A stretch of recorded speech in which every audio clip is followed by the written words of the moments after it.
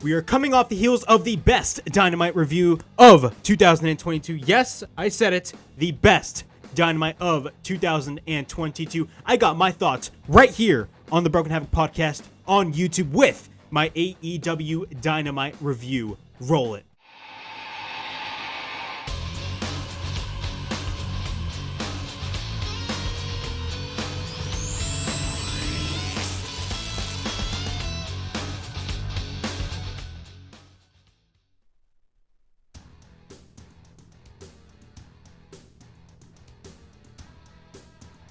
What's up, everybody? It is Broken Havoc here, right here on the Broken Havoc podcast, here to review AEW Dynamite from February 9th, 2022, coming to us from Atlantic City, New Jersey. This is the first time that AEW Dynamite has made it to Atlantic City. Of course, they have been in Jersey before twice, which I attended those shows. Of course, they were at the Prudential Center twice in Newark, New Jersey. A part of me kind of regrets not going to Atlantic City because, boy, was this show amazing or what? I don't care what anybody else would say on YouTube. This show was one of the best Dynamites ever. One of the best Dynamites I have ever seen, period. I don't care what anybody says. The crowd in Atlantic City was just amazing. The stuff that happened on the show, man, the stuff that happened on the show was just by far just legit awesome. Of course, we had the opening segment with the celebration with MJF and the Pinnacle, of course, with MJF beating CM Punk twice from last week's match.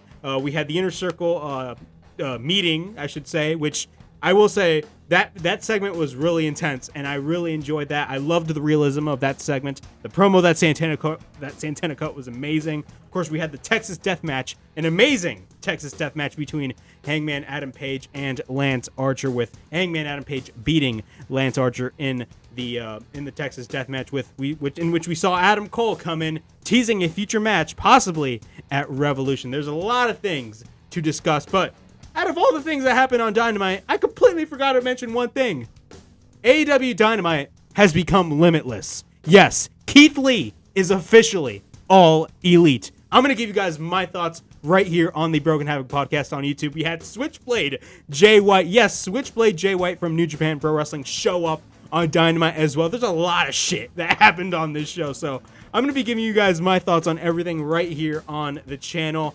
Right before I get on with the Dynamite review, make sure to like and subscribe right here on the Broken Havoc podcast on YouTube so you can catch all the latest in wrestling. I review Raw, SmackDown, Dynamite, Rampage, AEW pay-per-views, WWE pay-per-views. I got New Shock. The latest episode of New Shock is up on the channel right now. Episode 4 of New Shock. I talk about Shane McMahon's firing, all of that type of stuff. New Old School Showcase will be uploaded on Friday, in which I will be reviewing TNA's first monthly pay-per-view, TNA Victory Road 2004. And then the next week for Old School Showcase, I'm going to be reviewing TNA Turning Point 2004, which involves arguably the best match, in my opinion, besides the triple threat match in TNA history, Triple X versus AMW and 6 Sides of Steel. So a lot of the stuff to go on. The Raw review is not up on the channel yet. I was originally supposed to upload the Raw review today, but I never got around to it, which is arguably my fault, and I apologize for that. But I will hopefully give you guys the Raw review tomorrow, so be on the lookout, hopefully, for that. But we're going to talk about Dynamite, man. Dynamite was just a banger of a freaking show. I really enjoyed this show, man. So we're going to be talking about Dynamite right now. Dynamite started off with MJF and the Pinnacle. Well, actually, no, I should say Dynamite started off with Wardlow coming out with cutouts of MJF. Of course, Wardlow helped MJF beat CM Punk last week on Dynamite, in which Dynamite was a pretty good show, but really the entirety of the show was built around CM Punk versus MJF. Now, granted, this episode of Dynamite blows last week's episode out of the water. This episode blows last week's out of the water, and I guarantee you, I honestly believe that this show will get a really high rating, a much better rating than last week, because last week AEW Dynamite dipped a lot last week, and I talked about that on New Shock, on the recent episode of New Shock that is uploaded right on the channel. But Wardlow comes out with cutouts of MJF beating CM Punk last week. He sets them up in the ring. Then Tully Blanchard and FTR come out with champagne to celebrate MJF's win. Sean Spears then comes out. They come out in their individual music. Then Justin Roberts reads a paper that puts over MJF times 1 million. Like I'm telling you guys right now, Justin Roberts was literally reading this, and I'm like, why the fuck am I reading this shit?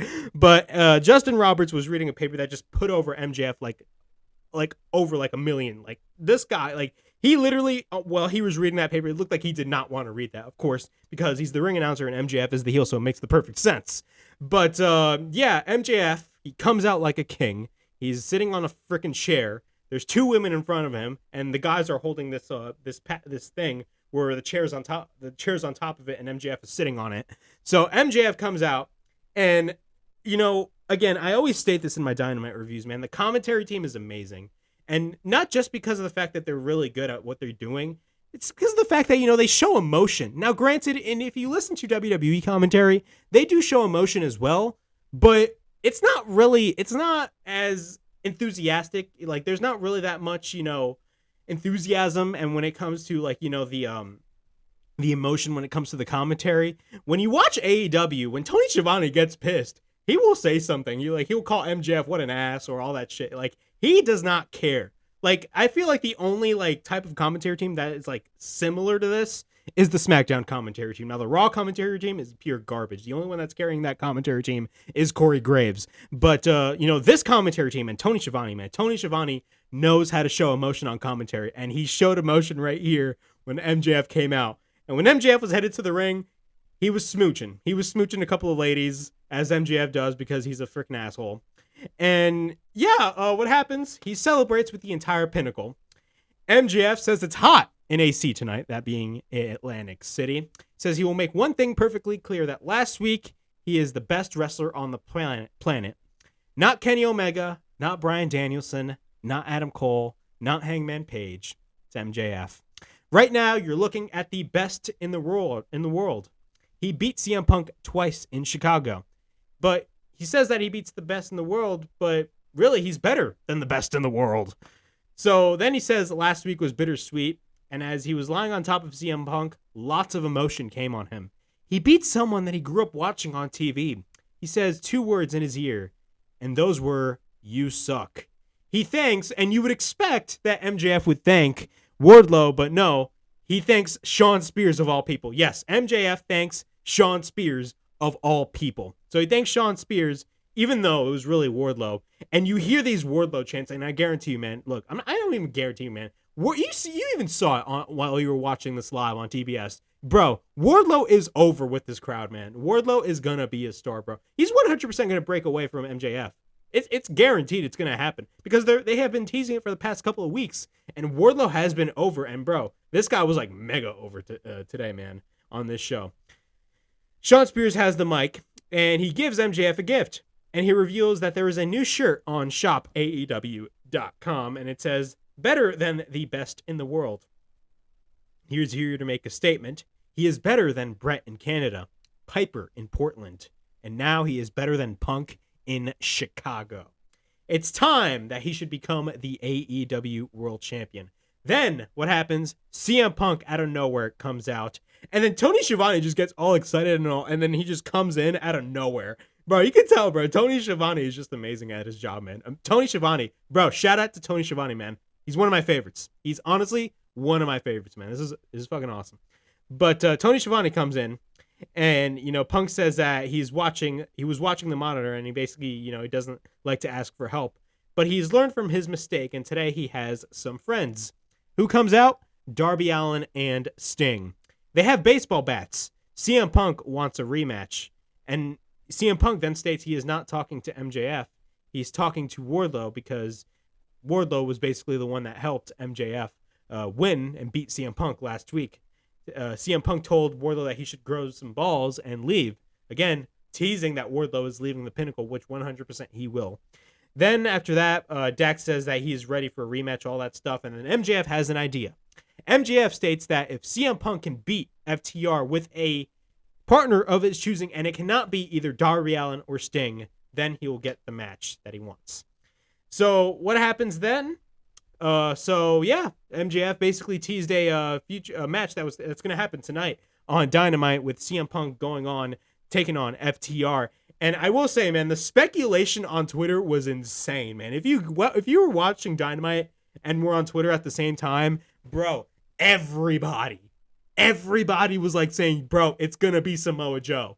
And if it was Samoa Joe, which it wasn't, it was Jon Moxley, I wasn't disappointed on it anyway, because, I mean, Jon Moxley, I mean, he was the tag match was fucking amazing. By far, like, an amazing ass match, one of the best Dynamite matches I've ever seen.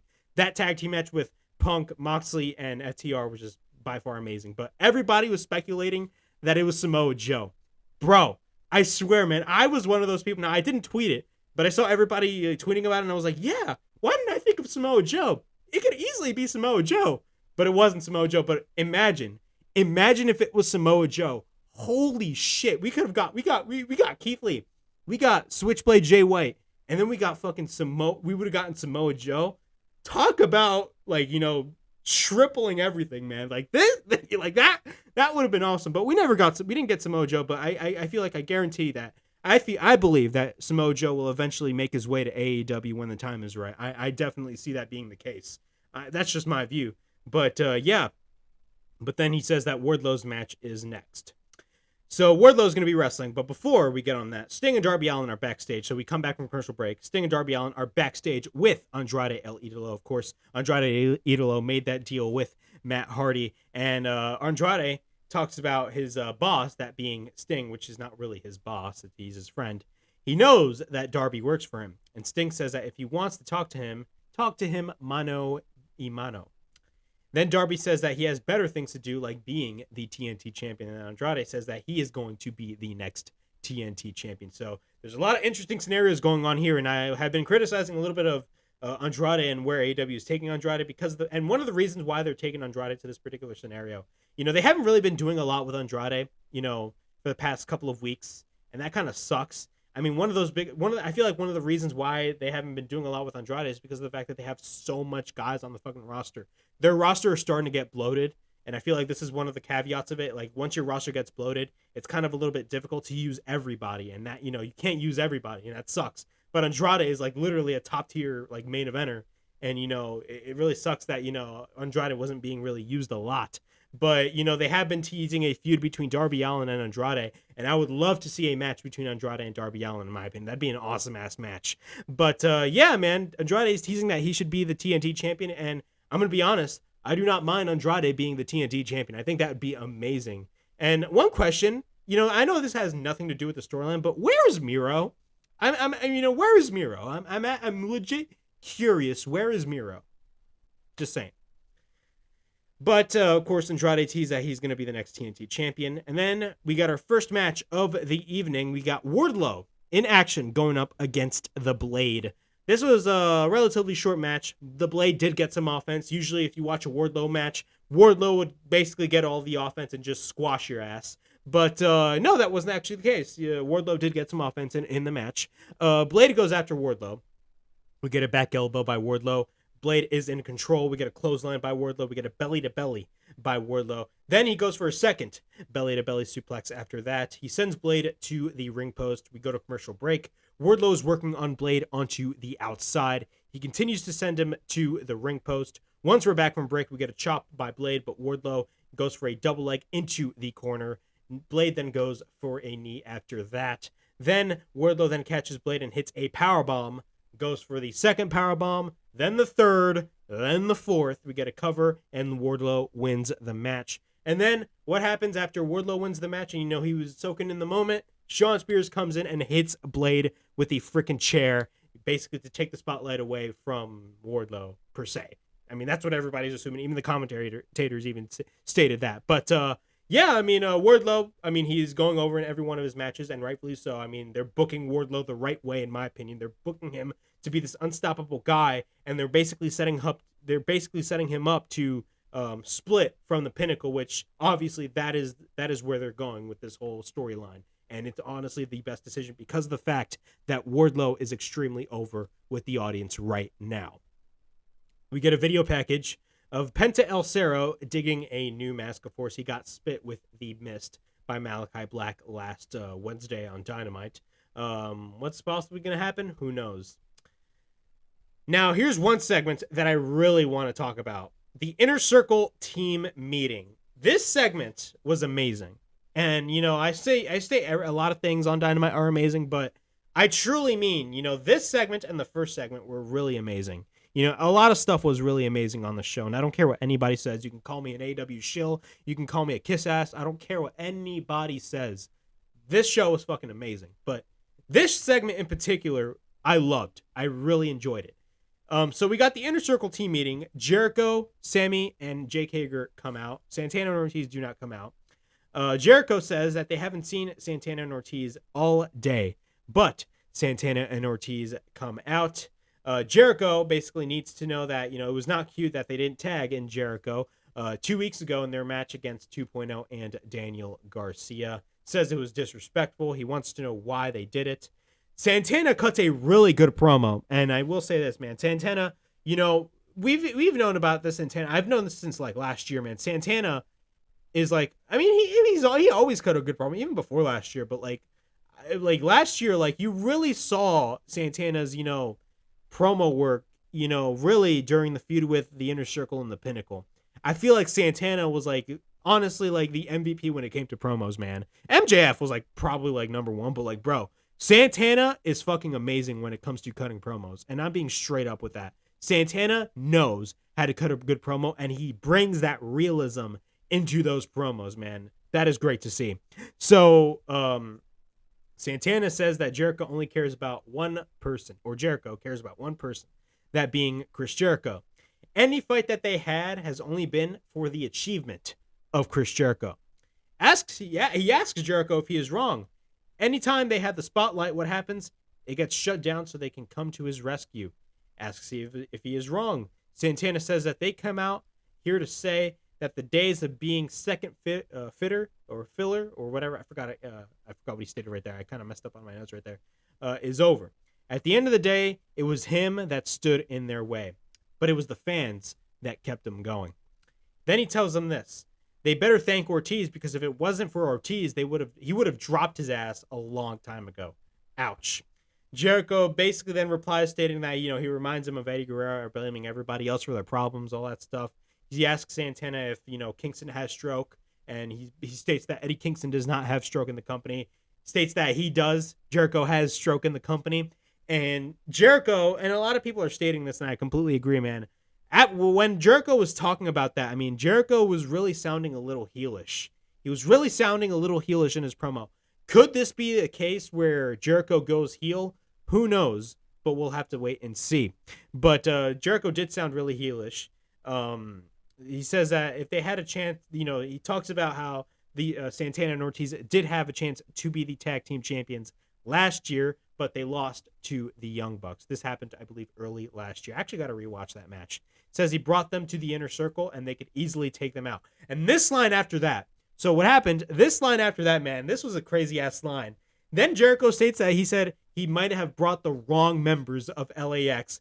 And then he asks Hager, "Hey Hager, do you got Hernandez and Homicide on your you got them in contact?" So he mentions Homicide and Hernandez, which were the original members of LAX. Of course, the original members of LAX were Conan, Homicide, and Hernandez back in like 2006, bro. The LAX in 2006 TNA, bro, they were the shit.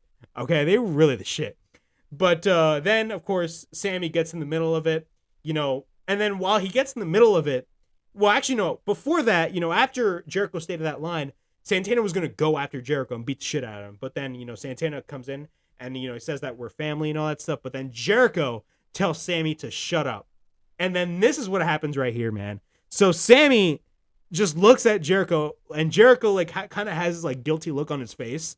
And then Jericho is just like, Sammy is just like, I quit the Inner Circle once, and I can do it again if you guys do not get your shit together. And then Sammy Guevara leaves. So could this be a case where, Sammy Guevara leaves? Who knows?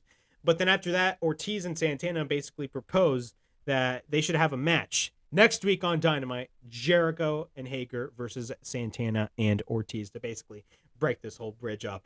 And then what happens? They accept, and the match is set for next week. Jericho and Hager versus Santana and Ortiz.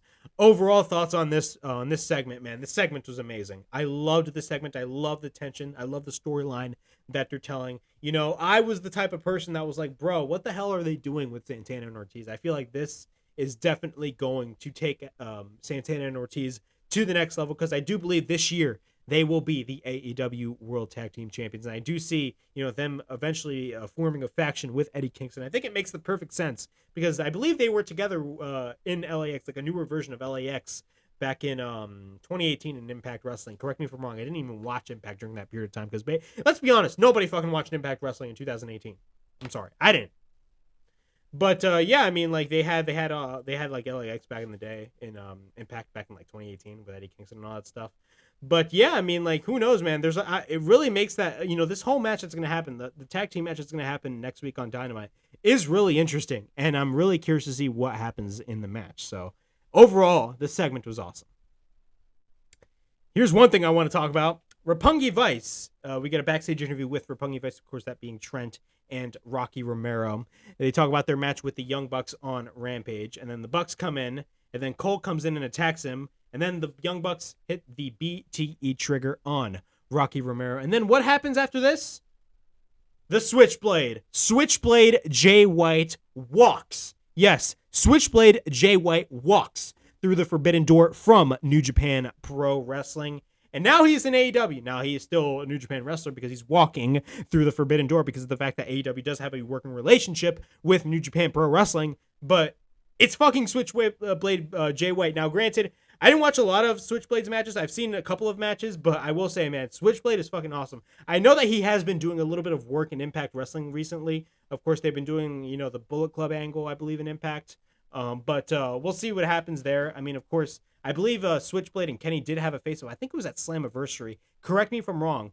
But I think it was Sami Callihan versus Kenny Omega. I could be extremely wrong. I didn't watch Slammiversary last year. So I gotta go ahead and watch that. But of course, Switchblade has been doing a couple of things in Impact Wrestling recently. I believe Chris Bay is actually a member of Bullet Club as well. Chris Bay is awesome, man. I'm a big fan of Chris Bay. I'm a really big fan of his. But yeah, I mean, Switchblade Jay White is in AEW, man. Overall, man, that was awesome to see, man. I like this whole Bullet Club thing, happening and all that stuff. Again, where is this going to lead to? I mean, the commentators were mentioning, Adam Cole's facial expressions. And, it really looks like he was smiling as hell now. Switchblade and Kenny Omega did have somewhat of a rivalry back in New Japan. I don't recall that because I didn't watch New Japan at the time. But, yeah, man, they apparently had this beef going on in New Japan. So, again, man, I knew who Switchblade Jay White was. I watched a couple of his matches, and he's really good in the ring, man. The guy is fucking amazing. I believe he was a former IWGP World Champion. So and I believe he was a former Intercontinental Champion as well. Correct me if I'm wrong, but I knew he was the World Champion. I think he won the World Title, I believe, back in 2019 at Wrestle Kingdom. Correct me if I'm wrong. But yeah, man, Switchblade Jay White, he walks through the forbidden door. The forbidden door once again opens in AEW. So that is great to see, man. I think there's a lot of things that are going to possibly happen when it comes to Jay White and Adam Cole. Adam Cole, again, I've always stated once Omega comes back, shit's going to get real. And, you never know, man.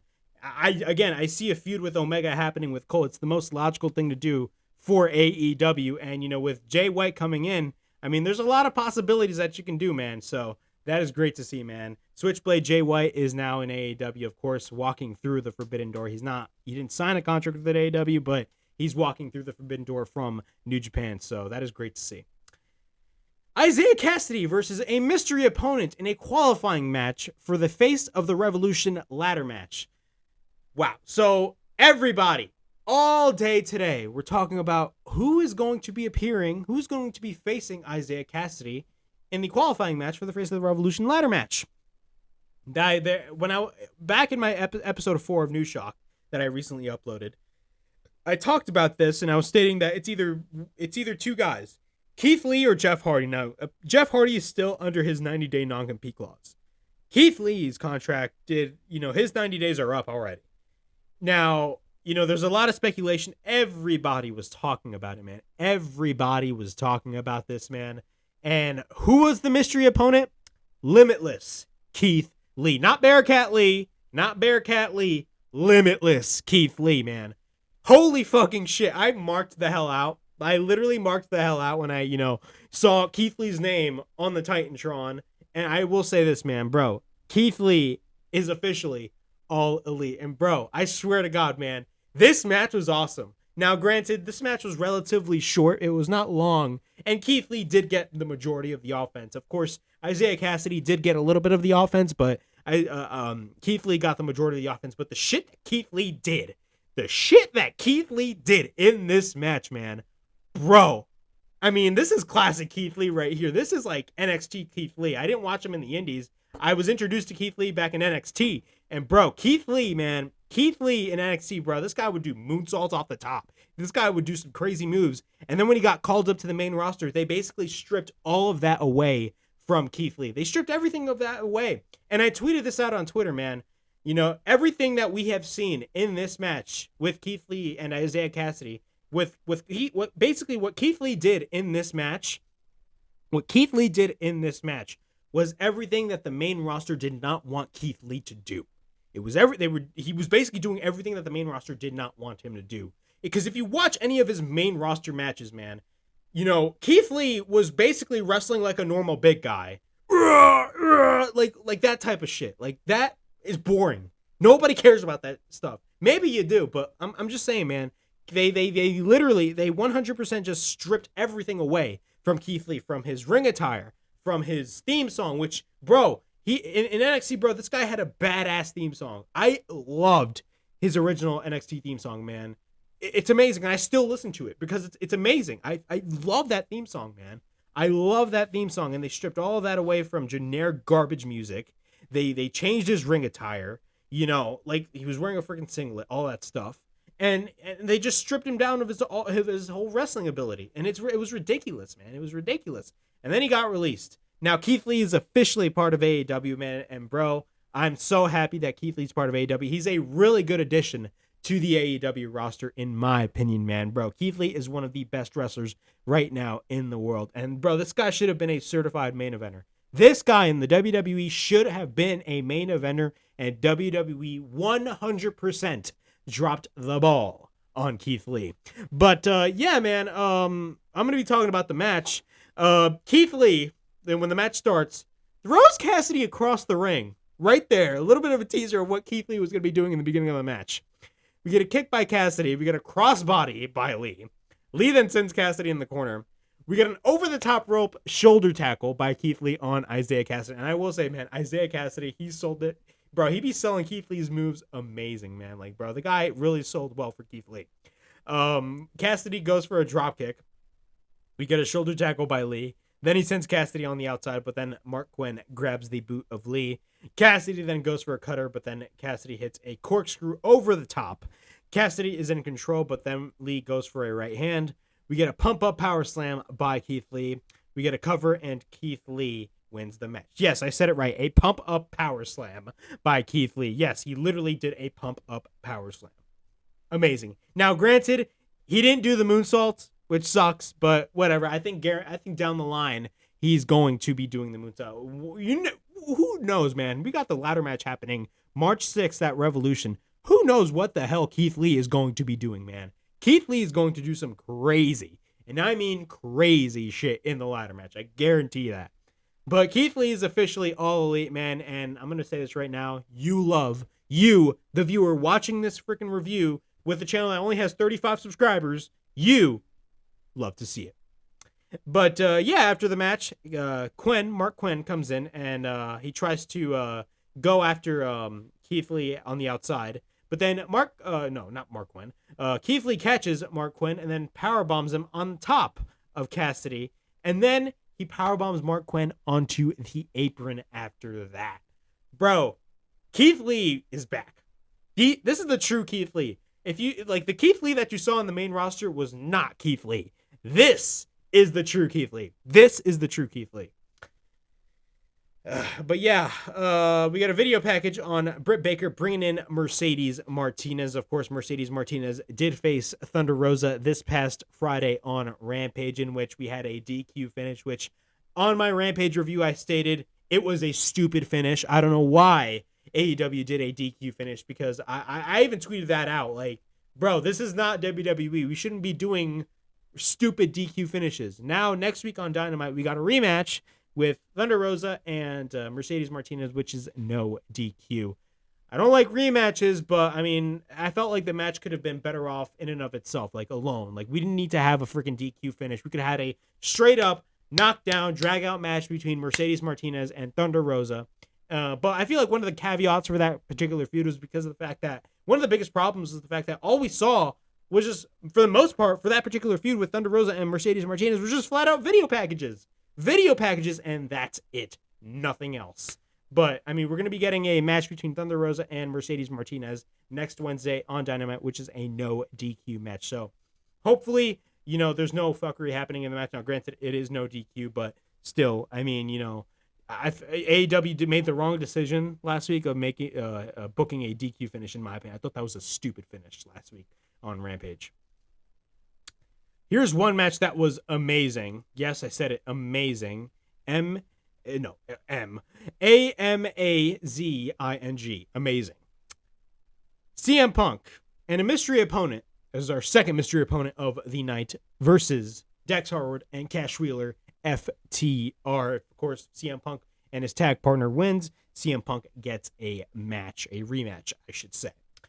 But everybody, and I was talking about this earlier on the Dynamite review, everybody was talking about who was CM Punk's mystery partner. Now, CM Punk tweeted out, where is Danhausen? Where is Samoa Joe? And when he tweeted out Samoa Joe, everybody got excited, man. And I will say this, man, like everybody got excited, including myself, because of the fact that, bro, could you imagine if we had so far already Keith Lee show up, Switchblade Jay White show up from New Japan, and now we would have Samoa Joe, the Samoan submission machine, Samoa Joe, the guy that had a freaking crazy ass undefeated streak in TNA, like Samoa Joe in AEW, bro. This show would have, I would have given this show instantly 10, like not even 10 out of 10, man, like a million out of 10. And I don't care if I'm being biased or anything, bro, but like, bro, could you imagine if we had gotten Samoa Joe? Now, granted, we did not get Samoa Joe, but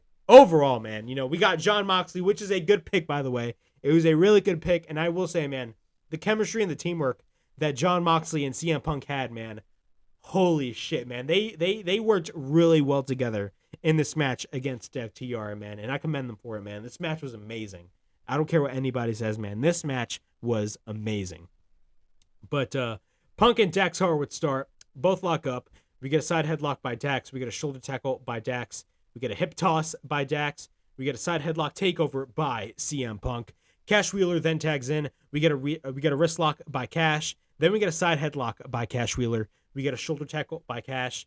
Then Punk goes for a hip toss and then an arm drag. Then Dax tags in. Moxley tags in. And once Moxley tags in, the crowd in Atlantic City were chanting GCW. Now, granted, GCW does most of their shows at the Showboat in Atlantic City, which, by the way, I actually want to attend one of those shows. I actually really want to attend one of those shows. I'm trying to see if, there's any show in March for GCW to book, to book a show at the Showboat. But I don't think there isn't, because they're going to be, I believe, in Dallas and Atlanta as well. So sadly, I don't think they're going to be in the Showboat in March. But maybe I'm wrong. Hopefully they book a show in March so I can attend that show, because I really want to attend a GCW show. Yeah, I said I really want to attend a GCW show.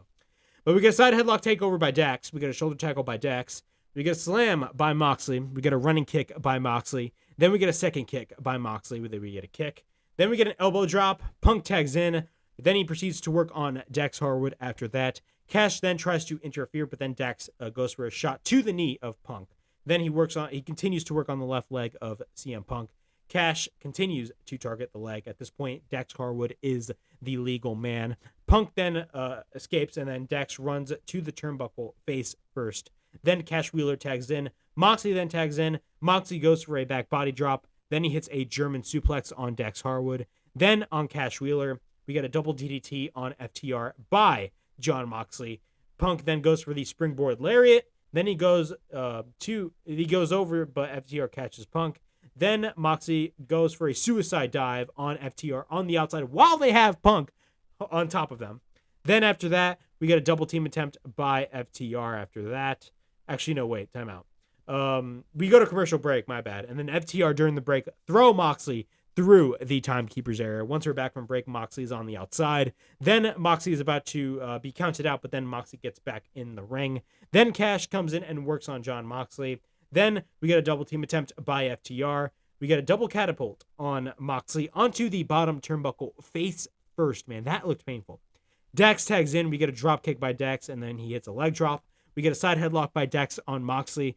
Then Dax hits a right hand. Cash Wheeler then tags in. We get a suplex on Cash. Punk then fights off Dax Harwood onto the apron.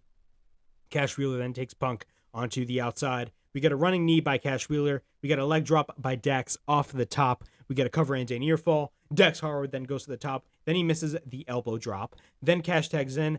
Cash runs into a lariat by Moxley. At this point, the hot tag is made. Then Punk goes for the leg lariat on Dax Harwood. We get a running knee by Punk. Then Dax goes for a clothesline, and then we get a cover and a near fall. Dax Harwood then goes for the uppercut.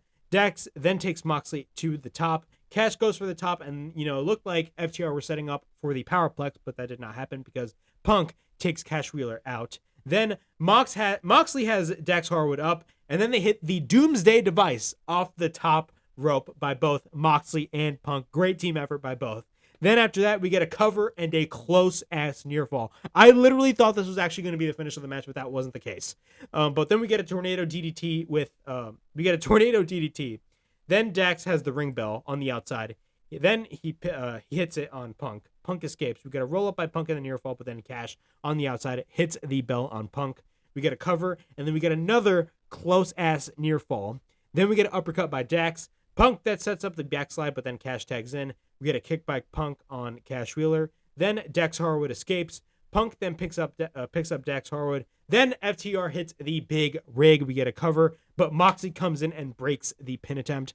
Then all four men get up. Both teams, both Moxley and Punk and FTR exchange shots after that. This is tag team wrestling. You damn right it is. Both teams exchange shots. Punk then picks up Cash Wheeler, but then escapes. Then we're about to get the GTS and the paradigm shift at the same time, but then FTR tries to go for the stunt pile driver. Moxley then applies a sleeper hold after that, but then Punk sets up the Anaconda Vice on Dax Harwood. Tully Blanchard then interferes when the referee was not looking. Then what happens? CM Punk picks up the legendary Tully Blanchard and hits the GTS on Tully. Then after that, we get a roll-up by Cash. We get a near fall. Then Punk picks up Cash. He hits the GTS. Moxley then hits the paradigm shift on Dax Harwood. We get a cover by Punk, and Moxley and Punk beat FTR in this amazing match in Atlantic City on AEW Dynamite. Overall thoughts on this match, man. This match was amazing. I 100% enjoyed this match. This match was so entertaining to watch. Bro, probably one of the best matches in Dynamite history. I don't care what anybody says, man. This and definitely the Texas Deathmatch. Bro, this match was amazing. I loved the teamwork with Jon Moxley and CM Punk. It was amazing. FTR, as always, are great. They always have great chemistry in the ring with anybody they work with. Anybody. I've always stated, whenever FTR would wrestle Santana and Ortiz, the chemistry with, Dax Harwood and Cash Wheeler and Santana and Ortiz is amazing. But the chemistry that these four guys had in the ring on this match, balls to the wall, amazing. I 100% enjoyed this match. This match was by far amazing. So yeah, after that, we get the TBS Championship match between Jade Cargill defending against AQA, who is a really popular wrestler. I believe she was trained by Booker T. And I will say, man, AQA was really good in this match. She was really good. Amazing. I loved her work in this match. I never seen any match of AQA, so bear with me here. But overall, from what I've seen in this match, she worked really well. I will say that AQA was really good at what she did in this match. She really did get a lot of offense here. So both lock up. We get a side headlock by Jade. We get a takedown by Jay on AQA on the mat. Both lock up. We get a wrist lock by Jade. Jade is in control. We get a side headlock takeover by AQA, but then Jade goes for a roll-through pin attempt. No, she rolls through to escape. She didn't go for a pin attempt. But then Jade picks up AQA and throws her down. She tries to throw AQA, but then AQA counters with a dropkick. Jade is on the outside, but then Jade hits an elbow strike on AQA. We go to commercial break. Jade is in control during the break. Once we're back from break, AQA then hits the tornado DDT. Then she goes for the top, and then she hits a beautiful shooting star press. After that, she tries to go for it again, but then Jade comes in.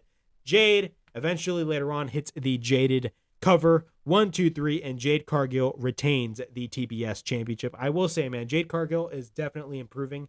As I've stated earlier, I didn't think it was the right decision to put the belt on Jade Cargill, but I will say this, man, Jade Cargill is giving it her all, and she's really giving it 110% every time she wrestles, and slowly, in every single match, she's 100% improving, and I really like seeing that.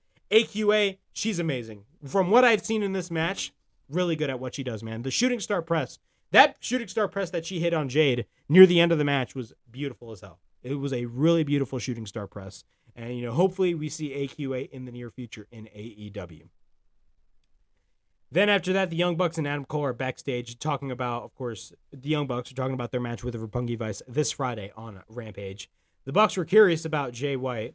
They talk about him and Kenny being arch enemies. Then Adam Cole then has a statement that he needs to make on his own later on in the night. Spoiler alert, it's him coming in and basically teasing a world title match with Hangman Page. But I'll talk about that later on. Serena Deeb is backstage, or I shouldn't say backstage. Serena Deeb, she says there's not a woman in the back that is not on her level, and says that tonight she's proposing a 5-minute rookie challenge. And Serena Deeb faces Katie Arquette. I don't know if she, I assume it's no relation to David Arquette, but she faces Katie Arquette. But both lock up. We get an uppercut by Deeb. Deeb got the majority of the offense. I feel like this is the way that they're going to be booking Serena Deeb for the next couple of weeks. And rightfully so, because they're definitely booking Serena Deeb extremely strong. And you know what? Serena Deeb is definitely, I did criticize, and I still stand by it, the whole, rematches with Hikaru Shida. Even though the feud was not bad and the matches that they wrestled were not bad, how many times have we seen Hikaru Shida versus Serena Deeb? So many times. But, I will say this, man. I love the heel work of Serena Deeb. The Women of 1,000 Holds. A lot of people are saying she's like the female version of Dean Malenko, which I definitely agree. But again, man, Serena Deeb is amazing at what she does. And of course, they're definitely going to be booking her, basically squashing jobbers for the next couple of weeks. And that is, I feel like, the best way to book Serena Deeb, because I definitely do see her being in title contention later this year. From the way that they're booking Serena Deeb, she's definitely going to be in title contention in my opinion. But both lock up. We get an uppercut by Deeb. We get a waist lock by Katie. We get a reversal by Deeb. We get a neck breaker by Deeb. Then she applies the single leg Boston Crab. Immediately, Katie Arquette taps out, and Serena Deeb wins the match. Overall, it was not a bad match. I mean, of course, the right woman won. I mean, it made perfect sense to have Serena Deeb go over. We get a video package of Jurassic Express and the Gun Club talking about their match on Rampage. Then we got the main event of the evening, the Texas Deathmatch between Lance Archer versus Hangman Adam Page for the AEW World Championship. This match was brutal as hell. And Dynamite is known to have, for some of their main events, these style of matches are intense. I mean, off the top of my head, I can tell, Jericho versus Nick Gage. That was probably one of my favorite Dynamite matches of all time. Like, so far in the history of AEW Dynamite, I mean, that match with Jericho and Nick Gage was off the charts, man. I loved that match.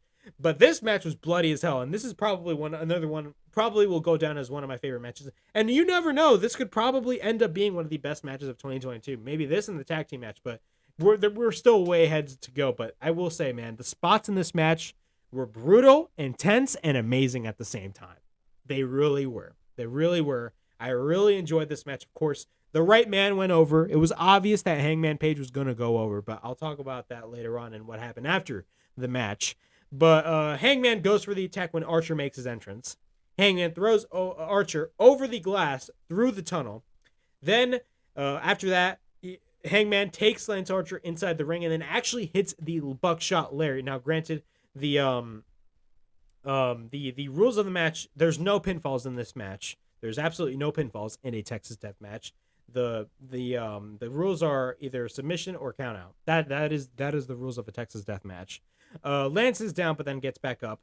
Hangman goes for a suicide dive, but then runs into a repeated shots with a garbage lid by Lance Archer after that. Dan Lambert comes in and loosens the ropes. What the hell is Lance Archer going to do? Both brawl in the crowd. We get a moonsault by Hangman in the crowd.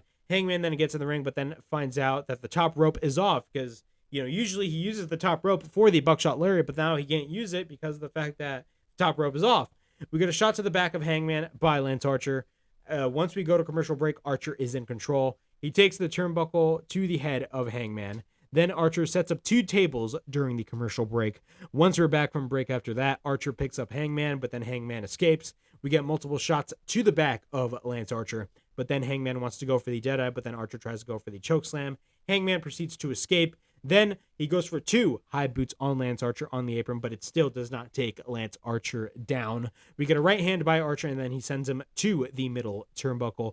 Archer then exposes the padding on the floor. We get a clothesline. Yes, Jake Roberts, who was on the outside, he actually did a clothesline on Hangman Page. So I love when Jake Roberts does a little bit of offense in the match. I actually really like that, man. It's great to see.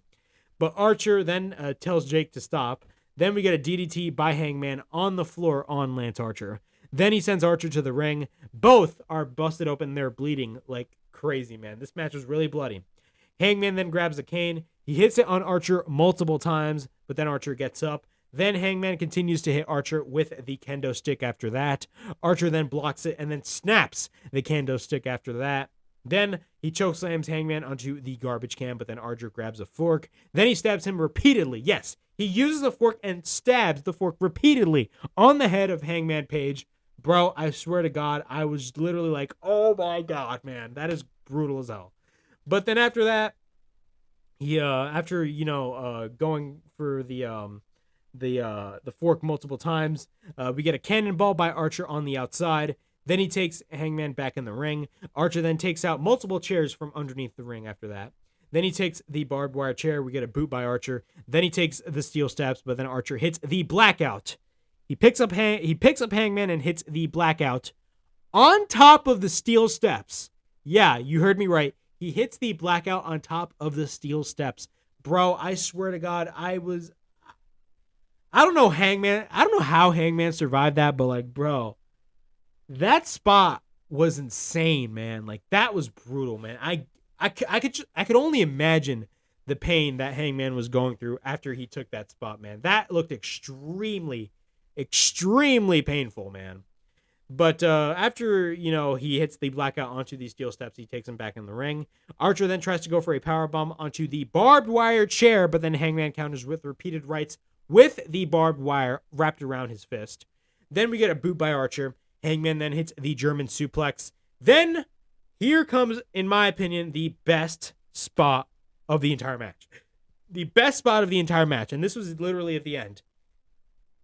Hangman hits a freaking buckshot lariat while the referee was going to pick something up. Hangman hits a freaking buckshot lariat over the fucking referee, hitting it on Lance Archer, landing them both through the tables that Lance Archer set up earlier. How was that possible? How was that possible? Oh my God, man. But like, dude, that spot was amazing. I don't know how Hangman pulled that off, but that was an amazing spot. Probably the best spot of the entire match as a whole. Then Hangman goes back in the ring. The referee counts to 10. Hangman Page retains the AEW World Championship. But then after that, what happens? Adam Cole comes in. Yes, Adam Cole, baby. He teased this earlier in the show, but he comes in and gives the belt to Hangman Page, possibly teasing a match between Adam Cole versus Hangman Page at the Revolution pay-per-view March 6th. Wow. Overall, man, I hope the match between Adam Cole and Hangman Page happens. Now, granted, if they do book that match for Revolution, is Adam Cole going to win it? Most likely not. Again, I see a guy like MJF beating Hangman, and I see that match happening at Double or Nothing down the road.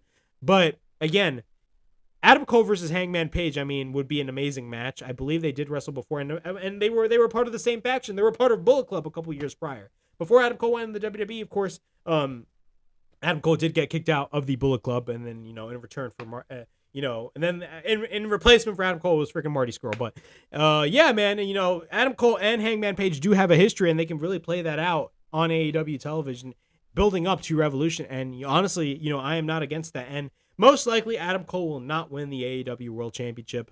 But again, man, MJF is the guy to take the belt off of Hangman. But overall, man, this match, this Texas Deathmatch with Lance Archer and Hangman Page was amazing. I absolutely enjoyed this match. 100% balls to the wall. This match was flat out amazing. But yeah, that was my Dynamite review from February 9th, 2022. I was about to say 2021. But overall thoughts, man, this show was amazing. I really enjoyed this show for what it was. I genuinely believe that this was by far the best, and I mean this wholeheartedly, the best, so far, the best Dynamite of 2022. I genuinely believe that, man. This show was amazing. From top to bottom, there was really nothing that got me angry. You know, last week's Dynamite really was just built around CM Punk and MJF, and that got a really low rating. A really low rating compared to the previous week's, 1.1. They did 900 and something thousand, which is not good at all. But I guarantee you, I do believe that they will definitely go back up in the millions, especially after this show. And what happened after this show, with Switchblade Jay White coming in, of course, that amazing tag team match with Jon Moxley and CM Punk and FTR. Keith Lee coming in and qualifying for the Face of the Revolution ladder match. I mean, bro, a lot of shit is going on right now in AEW, and it's amazing, man. AEW is by far the hottest promotion, and I don't care what anybody says, man. I don't care what anybody says. Right now, AEW is by far the best promotion in all of pro wrestling right now. I don't care what anybody says. That's my opinion. I don't care. Bro, I genuinely enjoy AEW more than I do Raw and SmackDown. I genuinely believe that. But overall, man, Dynamite tonight was an amazing show. By far, one of the best Dynamite episodes I have ever seen. But yeah, that was my AEW Dynamite review from February 9th, 2022. Please like, subscribe, comment down below, push that bell for notifications, and be on the lookout for more videos right here on the Broken Havoc podcast. But, as always, it is Broken Havoc from the Broken Havoc podcast, signing out.